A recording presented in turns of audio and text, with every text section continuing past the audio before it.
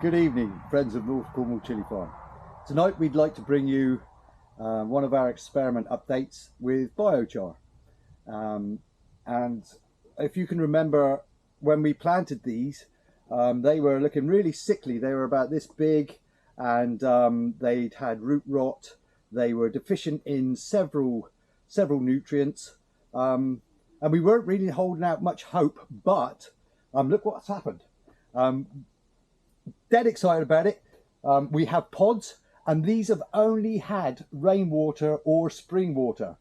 There's been no chemical feed, there's been no other feed apart from what's in the compost, and some of that's got charged biochar in, and some of it has not. And we're going to go through some results now. So first of all, we've got the biochar and worm cast plus the cow manure, and you can see, I mean, these aren't the healthiest looking plants, I agree, but they've survived all kinds of tragedies, and they are producing pods. They're producing lots and lots and lots of pods. There's been no bugs to speak of. I think we've had 3 green fly, and they didn't stay. They were soon gone. So if we can have a close-up of the pods. There we go. That's the result of biochar, worm cast and cow manure and water. That's the charged biochar that's given us all those pods. Okay, next we've got nothing added, and you see this is a tall plant. It's a good plant, it's a lovely plant, nothing added, just the compost that we've used, and we've got pods, lots and lots and lots of pods. So again, great result. So this is leading us towards other experiments. We've started other experiments on the way already, and we've got some on the way. But I mean, I could keep doing this. This one is the biochar that we couldn't really talk much about. Nothing added to that biochar, just the biochar.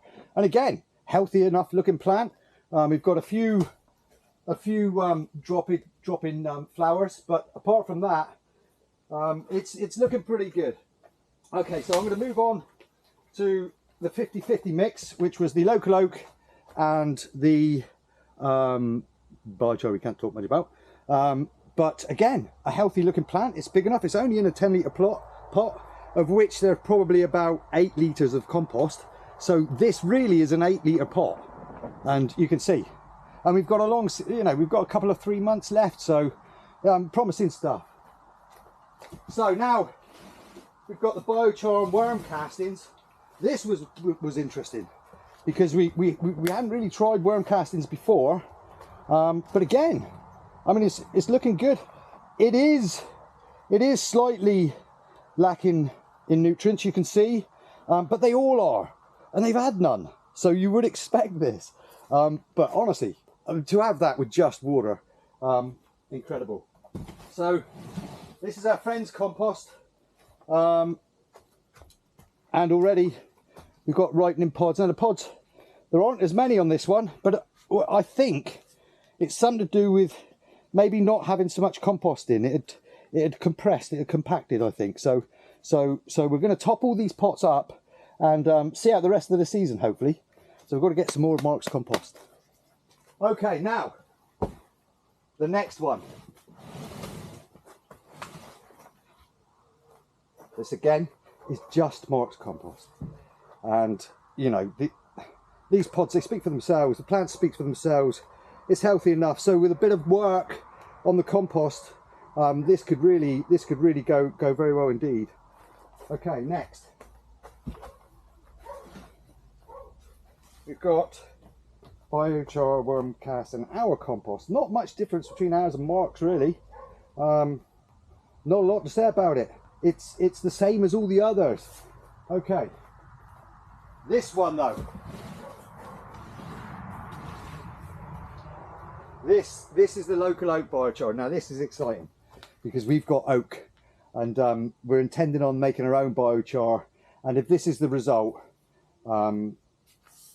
then I mean, there are so many pods on this, it's unreal. And you've got to remember, it's just water. It's just water added to it. So we're heading in this direction. Now we've got one more plant to go, and